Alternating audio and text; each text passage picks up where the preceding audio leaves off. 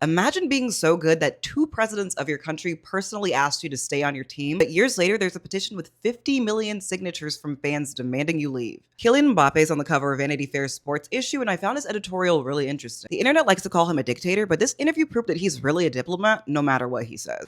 Parce que le rôle de capitaine, c'est aussi un peu celui de diplomate en équipe de France.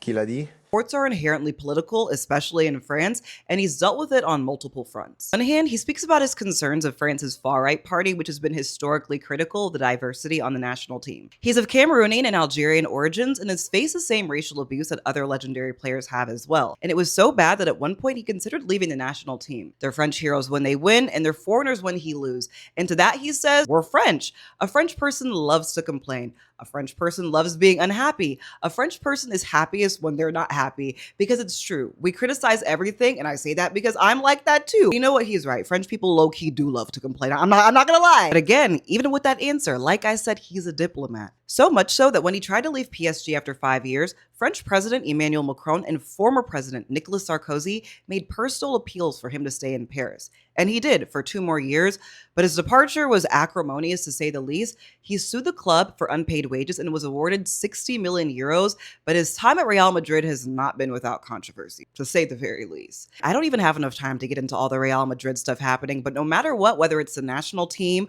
or his club team, everything is falling on him. And I think what I find interesting is that he's been called out of touch and too individualistic as a player, but I think for a player at his level, he's a lot more outspoken about national affairs than most American athletes, like the majority of American athletes. When you're the superstar in the face of the team, everything is always going to fall on you. He scores all the goals, but he takes all the heat. The World Cup is definitely going to be really interesting this year for him, especially given all the drama that's been happening at Real Madrid. There's a lot on the line for him reputation-wise, but again, I'm a big fan of him. You see my France jersey right here. I hope he kills it. But yeah, I don't know. Let me know your thoughts down below. Because again, as a player, I personally like him. I think he's cool. And no matter what, you're not going to please anybody. Everybody's always going to have a problem with it. But you know what they say, it costs to be the boss. And also, I really enjoyed the sports issue. It was really good all around. And I do think his entire story was really interesting. I can get into more of it if you want. Thanks so much for watching. Bye.